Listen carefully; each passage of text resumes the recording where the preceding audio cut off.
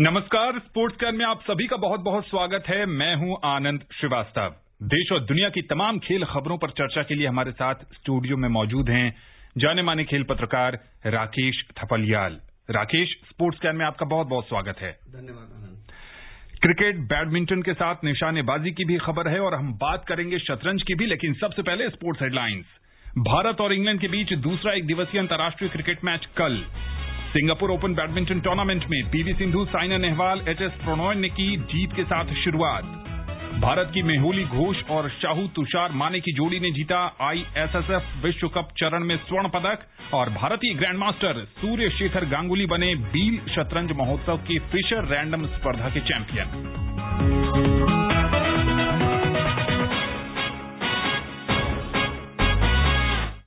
सबसे पहले बात करते हैं क्रिकेट की। भारत और इंग्लैंड के बीच 3 एक दिवसीय अंतर्राष्ट्रीय क्रिकेट मैचों की श्रृंखला का दूसरा मैच कल ऐतिहासिक लॉर्ड्स के मैदान पर खेला जाएगा।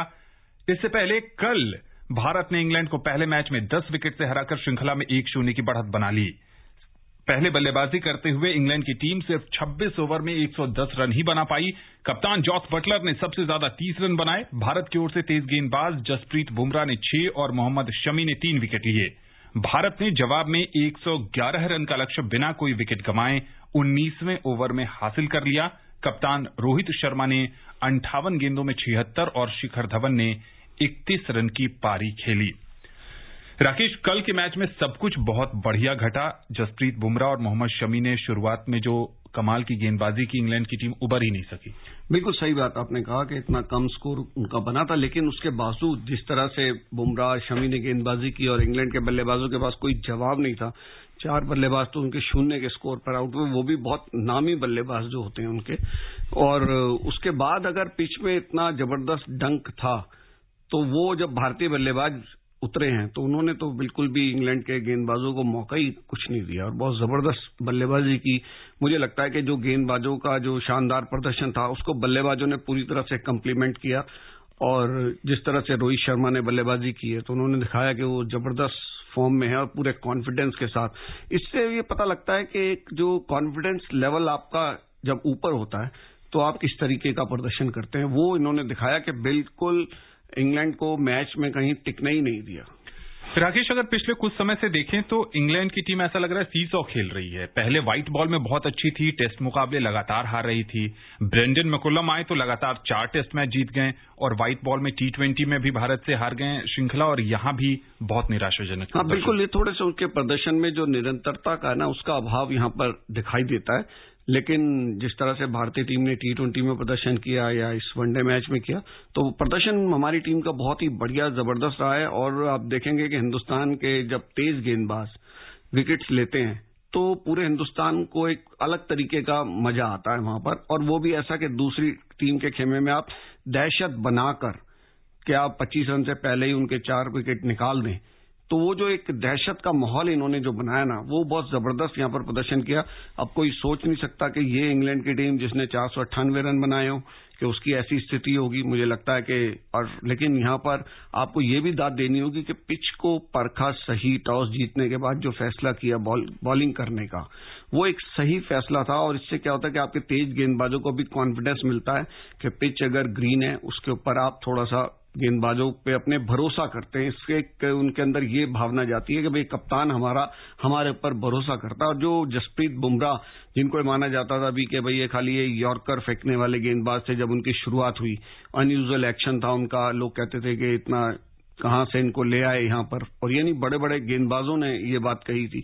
लेकिन जसप्रीत बुमराह ने दिखाया कि भाई वो खाली यॉर्कर फेंकने में माहिर नहीं है और सही पिच मिले तो उसका किस तरीके से उपयोग करना है। क्योंकि आप देखिए आनंद के एक हिंदुस्तान की पिचों पे गेंदबाजी करना और इंग्लैंड के पिचों पे जो एक लेंथ होती है ना, वो आपको चेंज करनी पड़ती है। सबसे इंपॉर्टेंट बात वहां की और यहां की पिचों के अंदर यही होती है। और बड़े तेज गेंदबाज जो होते हैं उनके लिए ये सबसे महत्वपूर्ण बात होती है, और उसको इन्होंने दोनों ही गेंदबाजों ने हमारे बखूबी किया।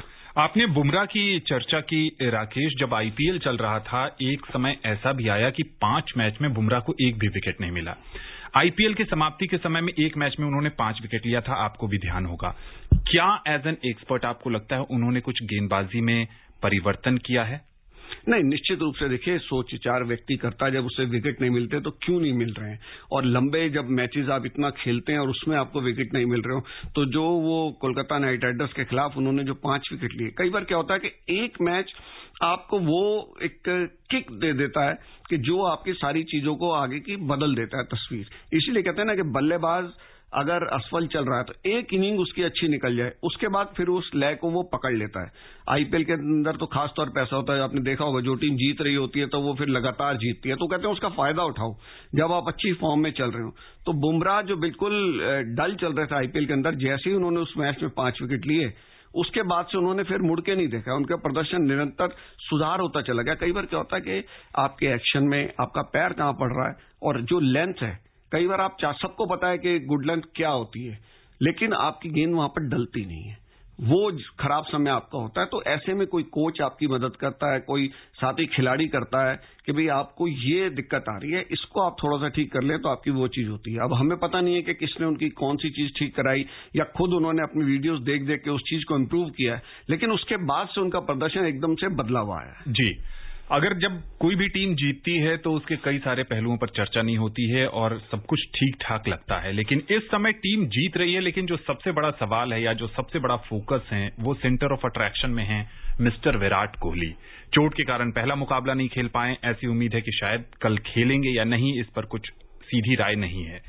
गावस्कर साहब ने कहा, जब आपके जो वर्ल्ड नंबर 2 बॉलर हैं रविचंद्रन अश्विन, आप उनको ड्रॉप कर सकते हैं, तो फिर विराट कोहली को मौजूदा फॉर्म के आधार पर क्यों नहीं ड्रॉप कर सकते? नहीं, बिल्कुल आप किसी को भी ड्रॉप कर सकते हैं। और अगर देखिए, मेरा हमेशा से मानना है कि एक तो सिलेक्टर्स पहले टीम ईमानदारी से चुने, जो 16 खिलाड़ियों की टीम होती है या 15 की, जैसा हिसाब होता है, और उसके बाद अगर कप्तान ईमानदार 11 खिलाता है तो आपकी टीम को बहुत मजबूती मिलती है। लेकिन कई बार क्या होता है आनंद, आपने देखा होगा कि जो बड़े खिलाड़ी हैं वो अगर 75% भी फिट हैं तो उनको खिलाया जाता है, उनके ऊपर दाव खेला जाता है कि भाई नहीं, इनको 11 में आप खिलाना है, चाहे वो पूरी तरह से फिट नहीं भी हो। फिर डिपेंड करता है कई बार खिलाड़ी के ऊपर, अगर खिलाड़ी व्यक्तिगत तौर पे ही कहता है कि नहीं भाई, मैं इस मैच के लिए फिट नहीं दिख रहा हूं, पूरी तरह से फिट नहीं हूं, और खास तौर पे जब विराट कोहली खराब फॉर्म में चल रहे हैं, तो उसको देखते हुए अगर वो फिट पूरी तरह नहीं होंगे तो वो नहीं कहेंगे कि भाई मैं फिट हूं, मैं इसमें खेल सकता हूं, क्योंकि उनके साथ रिस्क फैक्टर बहुत तगड़ा है। हिंदुस्तान की क्रिकेट में विराट कोहली अकेले खिलाड़ी नहीं है, एक पूरा इतिहास भरा हुआ है हमारे खिलाड़ियों का कि जिन्होंने कप्तानी छोड़ी तो उसके बाद उनको टीम में जगह बनने की दिक्कतें शुरू होती हैं। तो एक अलग तरह के मानसिक दबाव में विराट कोहली, चाहे इस चीज को वो स्वीकारें, उनके समर्थक इस चीज को स्वीकारें या न स्वीकारें, लेकिन जो पिछले सितंबर तक हिंदुस्तान की क्रिकेट का बादशाह था, जो खिलाड़ी, तीनों फॉर्मेट का कप्तान, वो एक T20 की कप्तानी छोड़ने के बाद आपने वनडे की कप्तानी उनसे ले ली, उसके बाद उन्होंने टेस्ट की कप्तानी छोड़ दी। आज वो व्यक्ति पे उनकी टीम में रहने को लेकर वो जो चर्चाएं जो शुरू हो गई हैं और जो खराब फॉर्म है, मुझे उनकी मतलब बल्लेबाजी में सबसे बड़ी दिक्कत, विराट कोहली को मैंने बचपन से देखा है, जिस तरीके से वो आउट हो रहे हैं ना, मुझे वो बहुत अटपटे लग रहे हैं कि एक अच्छा शॉट खेल के व्यक्ति आउट होता है, एक अच्छी बॉल पे आउट होता है, वो बहुत हमने देखे हैं क्रिकेटर। लेकिन विराट कोहली जिस तरीके से आउट होते हैं तो वो खुद भी हैरान होते हैं कि भाई ये कैसे हो गया, कोई बॉल, बहुत अच्छी बॉल नहीं आ रही है जिसके ऊपर वो आउट हो रहे हैं, विकेट में अपने आप ही बॉल को ड्रैग कर रहे हैं, और कई बार तो इस तरीके से मतलब वो आउट होते हैं कि वो खुद भी हैरान होते हैं कि भाई मैं ये कैसे कर गया, लेकिन वो आउट हो रहे हैं। और मुझे लगता है कि उनको कहीं ना कहीं, अब इस समय डोमेस्टिक की क्रिकेट नहीं है, तो डोमेस्टिक क्रिकेट में आके आपको ये अपनी बेसिक्स पे थोड़ा सा काम करना पड़ता है, तो उस काम करने की उनको जरूरत है। जी हां, देखना होगा कि क्या चोट से उबरकर कल लॉर्ड्स के ऐतिहासिक मैदान पर प्लेइंग 11 में शामिल होते हैं विराट कोहली, या फिर कल भी वो बेंच पर ही रहेंगे। आईसीसी ने साप्ताहिक रैंकिंग आज जारी कर दी है। भारत एक दिवसीय मैचों की श्रृंखला के पहले मैच में इंग्लैंड पर शानदार जीत दर्ज करने के बाद रैंकिंग में तीसरे स्थान पर पहुंच गया है। न्यूजीलैंड पहले और इंग्लैंड दूसरे स्थान पर है। पाकिस्तान खिसक कर चौथे स्थान पर पहुंच गया है। रैंकिंग में किन खिलाड़ियों को हुआ है फायदा और किसे नुकसान, आइए सुनते हैं इस मुकेश कुमार की रिपोर्ट में। भारतीय तेज गेंदबाज जसप्रीत बुमराह वनडे में नंबर 1 गेंदबाज बन गए हैं। इंग्लैंड के खिलाफ अपने करियर की सर्वश्रेष्ठ गेंदबाजी आंकड़े दर्ज करने के बाद बुमराह को रैंकिंग में लाभ हुआ है।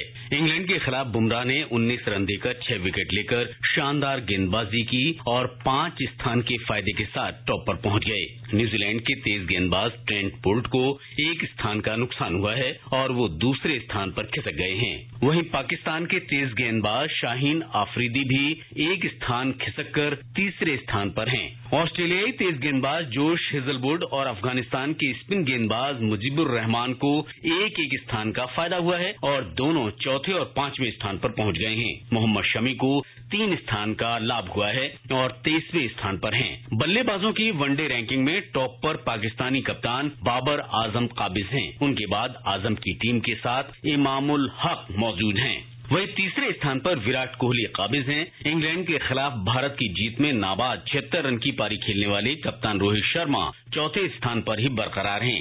रोहित के जोड़ीदार शिखर धवन को 31 रन की नाबाद पारी के बाद एक स्थान का फायदा हुआ है और वो 12वें स्थान पर आ गए हैं। बल्लेबाजों की 2020 रैंकिंग में इंग्लैंड के खिलाफ 3 मैचों की 2020 श्रृंखला के अंतिम मैच में 117 रन की शतकीय पारी खेलने वाले सूर्य कुमार यादव को जबरदस्त फायदा हुआ है। वो 44 स्थान के फायदे के साथ 5वें स्थान पर आ गए हैं। वेस्टइंडीज के कप्तान निकोलस पूरन भी 5 स्थान के फायदे के साथ 8वें स्थान पर पहुंच गए हैं। तेज गेंदबाज भुवनेश्वर कुमार भी 7 स्थान के फायदे के साथ गेंदबाजों की रैंकिंग में 7वें स्थान पर पहुंच गए हैं। हर्षल पटेल को भी 10 स्थान का लाभ हुआ है और वो 23वें स्थान पर आ गए हैं।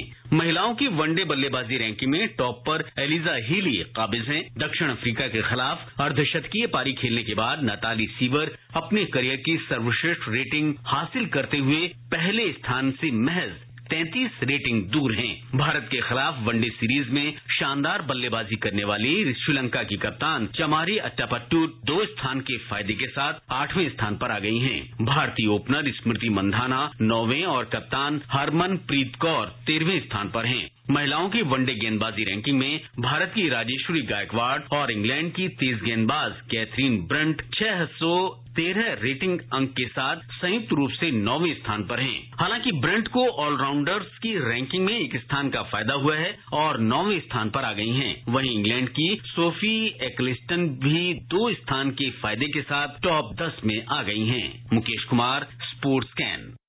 बढ़ते हैं अगले खबर की ओर। Player of the match Michael Bracewell के नाबाद 42 रन और 26 रन पर 2 विकेट के शानदार हरफन मौला प्रदर्शन की बदौलत न्यूजीलैंड ने आयरलैंड को दूसरे वनडे मैच में 71 गेंद शेष रहते 3 विकेट से हराकर 3 मैचों की श्रृंखला में 2-0 की अपराजय बढ़त बना ली है। आयरलैंड की टीम 48 ओवर में 216 रन ही बना सकी। न्यूजीलैंड ने 39वें ओवर में 7 विकेट पर 219 रन बनाकर सीरीज को क्लीन स्वीप करने की तरफ कदम बढ़ा दिया है। दक्षिण अफ्रीका की क्रिकेट टीम अगले साल भारत में होने वाले वनडे विश्व कप से बाहर हो सकती है। दक्षिण अफ्रीका ने जनवरी में ऑस्ट्रेलियाई दौरे पर होने वाले 3 मैचों की वनडे सीरीज से नाम वापस ले लिया है। इसकी वजह से अब उनके वर्ल्ड कप में सीधे क्वालिफाई करने की उम्मीदों को बड़ा झटका लगा है। वनडे सुपर लीग में दक्षिण अफ्रीका की टीम इस समय 11वें स्थान पर है। टॉप 8 टीम ही केवल वनडे वर्ल्ड कप के लिए सीधे क्वालिफाई करेगी। ऐसे में साउथ अफ्रीका के ऊपर अब इस मेगा टूर्नामेंट से बाहर होने का खतरा मंडराने लगा है। राकेश, बहुत अजीब सी स्थिति है।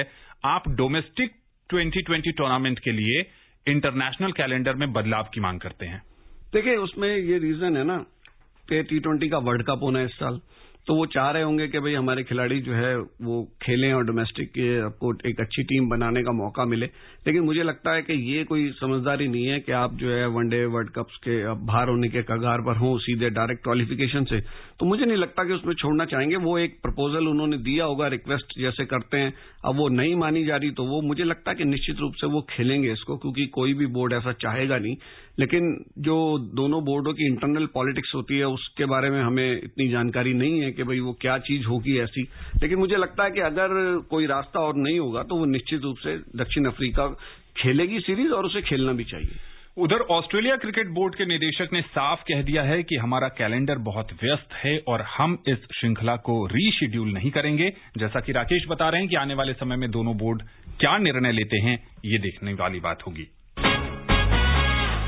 भारतीय खिलाड़ियों ने सिंगापुर ओपन बैडमिंटन टूर्नामेंट में मिलीजुली शुरुआत की है। पीवी सिंधु, साइना नेहवाल, एचएस प्रणॉय ने जीत के साथ आगाज किया है अपने अभियान का, जबकि किदाम्बी श्रीकांत को पहले ही दौर में उलटफेर का शिकार होना पड़ा है। परुपल्ली कश्यप भी हार गए हैं।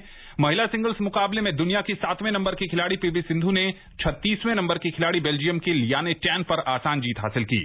सिंधु ने यह मुकाबला 21-15, 21-11 से जीता। पूर्व विश्व चैंपियन सिंधु अगले दौर में वियतनाम की थुई लिन एन गुएन से भिड़ेंगी। साइना नेहवाल ने ही बिंग जियाओ को 21-9, 23-21 से हराया, जबकि अस्मिता चालिहा ने हान ई को 21-16, 21-11 से मात दी। पुरुष सिंगल्स में दुनिया के 11वें नंबर के खिलाड़ी श्रीकांत को भारत के मिथुन मंजुनाथ ने 1 घंटे तक चले मैच में 21-17, 15-21, 21-18 से पराजित किया। दुनिया के 77वें नंबर के खिलाड़ी मंजुनाथ अगले दौर में आयरलैंड के एनहाट एन गुएन से भिड़ेंगे। एचएस प्रणॉय ने थाईलैंड के थमासिन सिथिकॉम को 21-13, 21-16 से मात दी। सिंधु कई टूर्नामेंट में क्वार्टर फाइनल, सेमीफाइनल तक जा रही हैं, खिताब नहीं जीत पा रही हैं, लेकिन यहां चर्चा साइना नेहवाल की जिस खिलाड़ी को उन्होंने हराया है वो दुनिया की 5वें नंबर की खिलाड़ी हैं। नहीं, बिल्कुल आप देखिए, और साइना नेहवाल यहां पर 2010 की जो है चैंपियन भी रही हैं और लोग उनसे उम्मीद करते हैं कि भाई वो अब बार बार ये माना जाता है कि कैरियर के ढलान पर हैं, लेकिन अगर वो यहां पर बेहतरीन प्रदर्शन करके फिर से यहां पर खिताब जीतती हैं तो उनका माना जाएगा कि भाई हाँ, अभी दमखम उनके अंदर बाकी है, उनको ये दिखाना है। और जहां तक आपने पीवी सिंधु की बात की तो देखिए, पीवी सिंधु ने काफी पहले सवाल उनसे पूछे गए थे कि जब वो टूर्नामेंट नहीं जीत रही थी तो उन्होंने कहा देखो, इतने टूर्नामेंट बैडमिंटन के होते हैं तो आप कहीं जीतेंगे और कहीं हारेंगे, लगातार कोई भी खिलाड़ी ऐसा नहीं है कि जो जीत सके। और आप देखेंगे बैडमिंटन के टूर्नामेंट लगातार शुरू होते हैं, कुछ ही दिनों के अंतर पे अगला टूर्नामेंट एकदम आपके लिए तैयार रहता है, तो उनके लिए लगातार उतनी फिटनेस बनाए रखना। लेकिन पीवी सिंधु ने जो किया कि जहां ज्यादा मैटर करता है कि आप ओलंपिक्स का मेडल आप जीते, वो उन्होंने जीत के दिखाया है। चलिए देखना होगा कि साइना और सिंधु का सफर इस टूर्नामेंट में कितना आगे बढ़ता है। इस टूर्नामेंट पर स्पोर्ट्स कैन की नजर बनी रहेगी।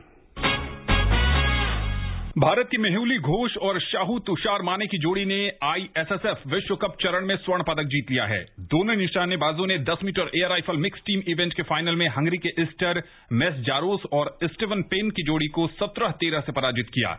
पलक और शिवा नारवाल की जोड़ी ने 10 metre air pistol mixed event में कांस्य पदक जीता। भारत के लिए सीनियर लेवल पर तुषार का यह पहला सोने का तमगा है, जबकि मेहुली ने दूसरी बार स्वर्ण पदक जीता है। उन्होंने काठमांडू में 2019 के दक्षिण एशियाई खेलों में पहली बार गोल्ड मेडल जीता था। भारत पदक तालिका में 2 स्वर्ण और 1 कांस्य पदक के साथ दूसरे स्थान पर आ गया है। बड़ी कामयाबी राकेश। बिल्कुल, शूटिंग से देखिए लगातार बेहतरीन खबरें आती हैं वर्ल्ड कप के अंदर, और सबसे बड़ी बात यह है कि ये जो वर्ल्ड कप चल रहा है इसमें अगर आप देखें तो जैसे शिवा नरवाल हैं, उन्होंने पहली बार सीनियर लेवल पे आए हैं, और आपने जैसे बताया कि शाहू तुषार माने वो पहली बार सीनियर लेवल पे आए, हालांकि उन्होंने यूथ गेम्स उसमें उन्होंने पदक जीता था और मेहुली ने भी जीता था, दोनों ने जीते थे उसमें 2018 में ब्यूनस आयर्स में यूथ ओलंपिक्स के अंदर। उसके बाद अब तुषार सीनियर लेवल पे आए हैं, उन्होंने वहां पर जीता पदक। तो ये एक अच्छी बात है कि हमारे खिलाड़ी जूनियर से सीनियर में आके और वर्ल्ड कप के अंदर जो मेडल जीतना है वो एक बहुत बड़ी बात है। और दूसरा सबसे बड़ी कि 2 गोल्ड हमारे इसमें हो गए हैं वर्ल्ड कप के अंदर, और दोनों गोल्ड जो है ओलंपिक इवेंट के अंदर हमने जीते हैं। तो ये ओलंपिक के प्रति, हालांकि 2 ओलंपिक से हमारे निशानेबाजों का प्रदर्शन अच्छा नहीं जा रहा है, पर फिर भी ये वर्ल्ड कप जो है ये उम्मीद जगाता है कि भाई जो नई पीढ़ी है हमारी वो बेहतरीन प्रदर्शन कर रही है। भारतीय ग्रैंड मास्टर सूर्य शेखर गांगुली बील शतरंज महोत्सव की फिशर रैंडम स्पर्धा में हमवतन एसपी सेतुरमन को पछाड़कर चैंपियन बन गए हैं। कोलकाता के इस 39 साल के खिलाड़ी ने 7 दौर के मुकाबले में 6 जीत और 1 ड्रॉ के साथ 6.5 अंक हासिल किए, जबकि सेतुरमन के नाम 5.5 अंक रहे। फ्रांस की महिला ग्रैंड मास्टर वेरा नोबेलसीना के नाम भी 5.5 अंक रहे। भारतीय हॉकी अंपायर सौरभ सिंह राजपूत को अंतर्राष्ट्रीय हॉकी संघ ने पदोन्नत करते हुए एडवांसमेंट पैनल अंपायर बनाया है। वहीं Rama Pramod Potnis FIH international panel umpire होंगी। दोनों अंपायर को हॉकी इंडिया ने बधाई दी है। चलते चलते राकेश, आज हॉकी का एक मुकाबला भी होना है। हमें महिला हॉकी विश्व कप के जो स्टैंडिंग पोजीशन के मुकाबले में जापान से खेलना है। हमने कनाडा पर जीत दर्ज की थी पेनल्टी शूटआउट में। आज के मुकाबले में क्या देखते हैं आप? देखिए, अच्छा प्रदर्शन मुझे लगता है कि इस मुकाबले में भारत को जीत दर्ज करनी चाहिए। जिस तरीके का प्रदर्शन उन्होंने पिछले मैच में किया, खासतौर पर हमारी जो गोलकीपर कप्तान है सविता ने 6 बचाव उन्होंने किए शूटआउट के अंदर, तो मुझे लगता है कि बहुत बेहतरीन हमारी टीम कर सकती थी इस वर्ल्ड कप के अंदर। हालांकि प्रदर्शन उनका निराशाजनक रहा। अब ये 9 से 12वें स्थान के लिए मैच होना है, तो इसमें उनको जीतना चाहिए। देखना होगा कि आज कौन सी टीम विजेता बनती है। राकेश, अब समय नहीं है किसी और खबर पर चर्चा के लिए। स्पोर्ट्स कैन से जुड़ने के लिए और विशेषज्ञ राय देने के लिए आपका बहुत बहुत शुक्रिया। धन्यवाद। स्पोर्ट्स कैन का आज का अंक यहीं समाप्त होता है। पूरी टीम को दीजिए अनुमति। कल आपसे होगी फिर मुलाकात। तब तक के लिए नमस्कार।